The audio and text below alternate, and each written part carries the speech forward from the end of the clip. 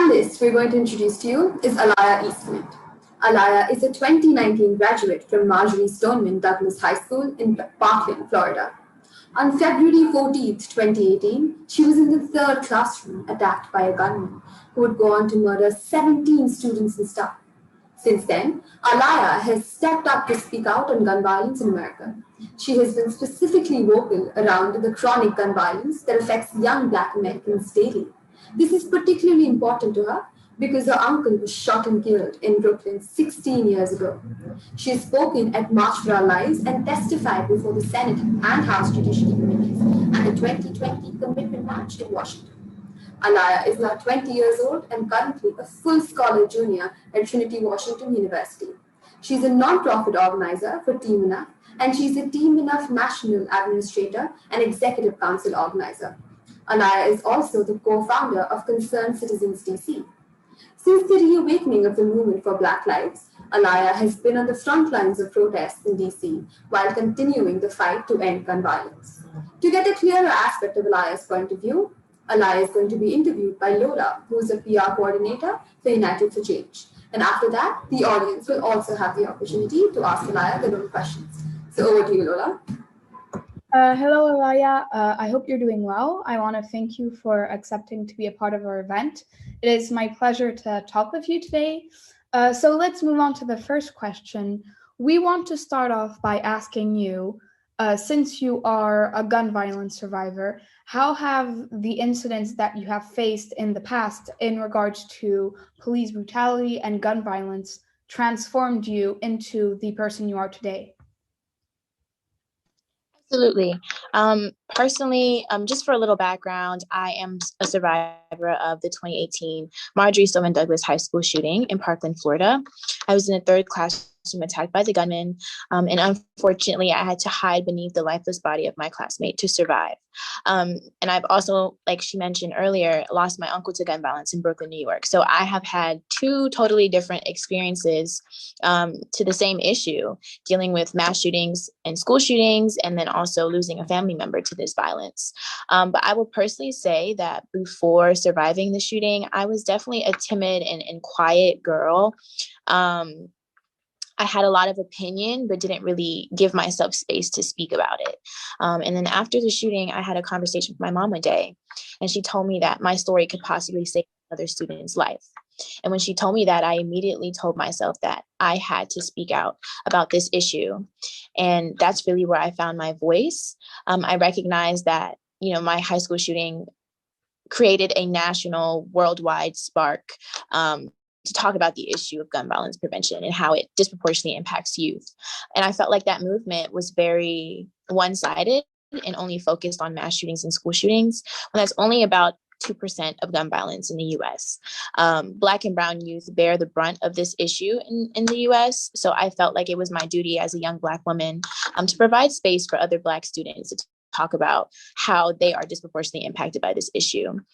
So these incidents of dealing with gun violence has definitely framed me to be a more outspoken and unapologetic young woman, and providing myself space to speak about things that I feel is necessary. So. Well, thank you for that answer. That's a very powerful story. Thank you so much for sharing that with us. And I think we all admire your resilience in the face of these events and how you've used it as a way to create change and as a way to give you spirit and resilience to fight for change, even though those experiences are incredibly harrowing. And you've done so many amazing things. You are the administrator and executive council member of an organization called Team Enough, which is a youth-led initiative working to end gun violence in America. So as you said, school shootings and any other type of gun violence. How has your involvement in Team Enough helped combat the issue of gun violence?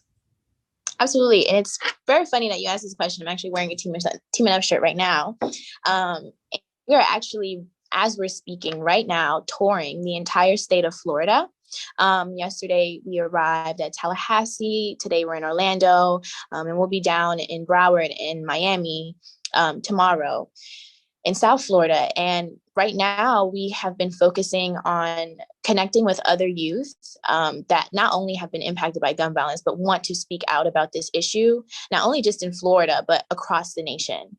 And Team Enough has really provided that space to talk about this issue, but not only through the lens of mass shootings and school shootings, but through the lens of inner city violence, domestic violence, suicide, all of these different sectors of gun violence that people sometimes forget. And it's really awesome just to be able to do this work with other young people. We also have a program called our Youth Lobby Collective. And this is where we do trainings and we train other young people of how to have legislative meetings and talk to legislators throughout Congress and within their districts to talk about this issue, to help them find a way to get legislators to listen, because oftentimes we know that legislators don't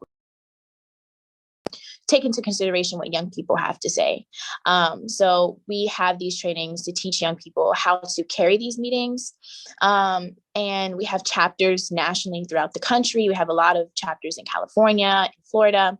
So Team Enough is really an amazing space that provides young people the ability to organize nationally and locally in ways that is creative to solve this issue. And as we speak right now, we're in Orlando at a church, and we're having a police violence advocacy training. And yesterday we were at FAMU, which is an HBCU in Tallahassee, and we were having a police violence roundtable. So it's a bunch of different ways of how to engage communities. And I really love being a part of Team Enough and also working with a bunch of my other youth team members. Okay, yeah, that's great. It's so impressive, I think, to see that you guys have really formed an organization that not only knows how to function in the system, but you're using that knowledge to create meaningful change and also to educate other people on that. And especially the fact that it's youth-led, I think is really amazing. You get to meet a lot of people who are maybe your age or who have had similar experiences, perhaps? Yes, absolutely. Going forward as an organization, as Team Enough, but also as an individual, what do you aim to accomplish in regards to gun violence? Absolutely. In a perfect world, our end goal is to completely eradicate the epidemic of gun violence. But right now, our goal is to decrease it by 20% by 2025. And I think this is an achievable goal for sure. But making sure that we're also connecting with children and youth in other cities and hearing their goals and making sure that we are connecting their goals to what we ultimately want in this conversation of ending gun violence, making sure that we're also putting Black and Brown youth at the forefront of that conversation of change, because we know gun violence is the leading cause of death for Black youth. So yeah, our overall goal is, of course, to eradicate this issue of gun violence completely in a perfect world. But right now, we're just focusing on making sure that we are decreasing the numbers, because right now, 100 people are dying due to gun violence every single day. And if we can just decrease that by one number, that would be amazing. That's one less life lost. So our goal is just to decrease the amount of people that are impacted by this issue as much as possible by connecting with survivors, connecting with people in marginalized communities, and making sure that we are putting them in the forefront of all of these conversations. Yeah, that's great. Thank you for sharing that with us. Really, the fact that you have these plans both on the long term and the short term, and that you're taking steps to create that change is, I think, really inspiring. Again, I think you're a very driven and resilient activist. Has there been, obviously you talked about some very powerful experiences, has there been an individual in your life that played a prominent role to help you become who you are today?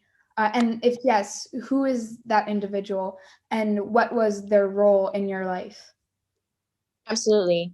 When I get this question, I automatically think of my mom, because without her, I honestly would not be speaking out at all. I mentioned this earlier, but after the shooting, I absolutely did not want to talk to cameras. I did not want to talk to media. I did not want to speak out. But having the conversation with my mom and her telling me that my story could possibly save someone else's life, that definitely pushed me forward to want to speak out.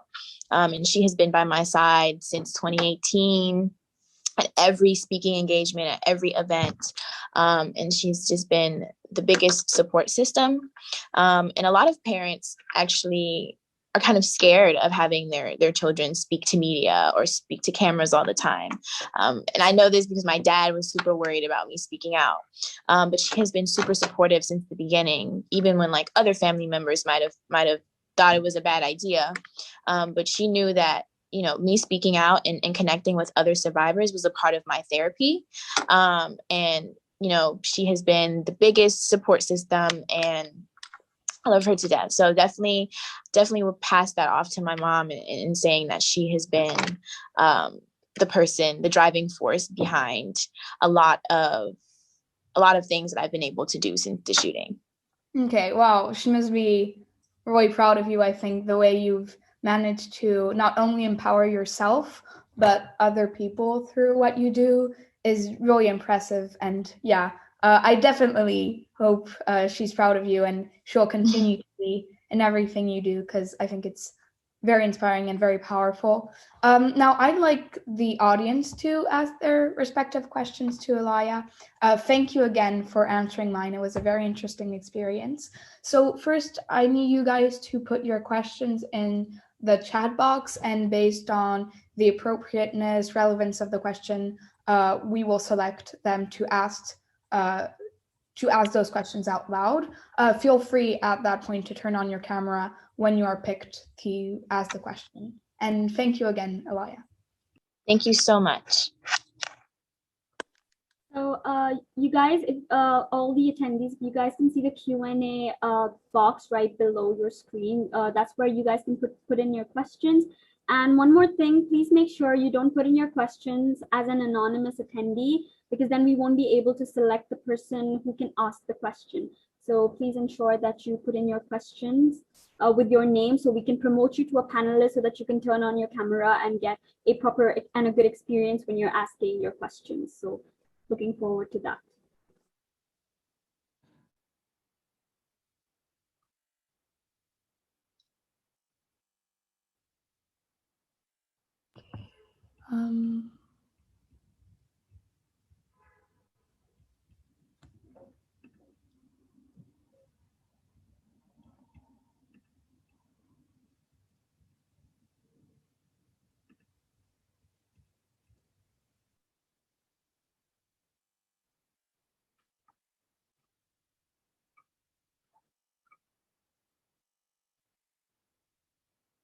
Okay, cool. So we have one of the questions from our panel itself. So Karsten, you can go ahead and ask your question. Hi, Aalayah. So have you been able to voice your opinions in front of really big people? And by that, I mean presidents or something of the sort? Yes. So I have actually had the privilege of being able to testify before both the Senate and House Judiciary committees. So I've definitely spoken in front of a large number of politicians and legislators. And that experience, I would say the first time was definitely nerve-wracking because it was during the Kavanaugh hearing. And if you're aware, the Kavanaugh hearing was a very large hearing for a now Supreme Court nominee that most of the US population did not really like. So it was a very nerve-wracking experience because I was prepared to be met with politicians that wouldn't agree with a lot of things that I was saying that pertain to gun violence. And then the second time was during the first gun violence prevention hearing in about 10 years that Congress has had. So that was also a little nerve-wracking because it was a large room filled with a lot of people. And it was a lot of big name legislators there. But honestly, I did it and it was no problem. It's just a little intimidating at times, but then you recognize that they're there to listen to you, and legislators and politicians work for us. They're only in their seat or their chair because we voted for them. So at the end of the day, they have to take heed to what we're saying and what we're asking them to do. So, you know, that was that experience. But I think definitely my favorite experiences when it comes to speaking with people is definitely just speaking with survivors and people that can relate. So yeah, that's my experience with that. I think that's a really good outlook on the situation, instead of viewing them as just people that you have to take orders from. You remember that these are people that you put in power, so they need to listen to your problems as well. And I think it's really good that you get to interact with large people and small survivors as well, because it's good to get feedback from everybody in that specific community or that's aware of the issue. So, yeah, Absolutely. thank you for that. Thank you. So the next person to ask the question will be Ria. So Ria, you can go ahead with your question since you're right here. Yeah, thank you, Nicole. My question was, what are some of the best ways to take action against gun violence? Absolutely. That's a wonderful question. I love this question. So I get this question a lot, and a lot of the time, youth students have this misconception that activism has to come in the lens of speaking on a big stage or speaking in front of a large number of people or even speaking to politicians all the time. And that's not always what taking action against gun violence has to be. It can be creative. It can be through the tool of social media. It can be through music. It can be through connecting locally with organizations already doing the work, or even through things like this webinar. I think this is a part of taking action against gun violence, because at the end of the day, you guys are learning and I'm educating, and now you guys have more information on what you can do to better the issue, or even just pass the information on to your friends or your family. So I think taking action against gun violence comes in many different ways, and it's just based on the person. So, you know, I always encourage people, if you really want to get involved with gun violence prevention, definitely doing your research and connecting with people in your community that have already been doing the work, and seeing where you fit in, or how you can help them with their journey as well. And then if there's nothing in your community that talks about gun violence, starting your own group, starting your own small group, whether it's in school or with your family or with your friends, and then having your own conversations. So it can be a webinar talking about gun violence, it can be a rally, it can be a march. There's so many different ways that we can engage in the conversation of preventing gun violence.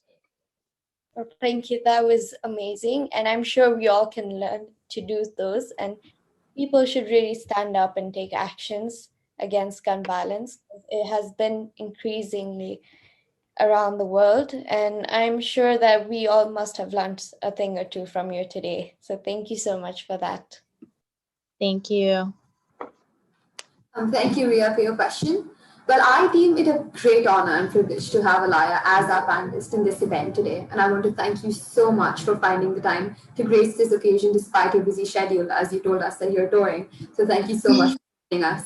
I wish you nothing but success for all your future endeavors. And I hope that the world may learn from your experiences, as well as the experiences of all those who were victims to gun violence in the past, so that the world may become a safer place for all races going forward. Thank you so much, Aalayah. It was great having you.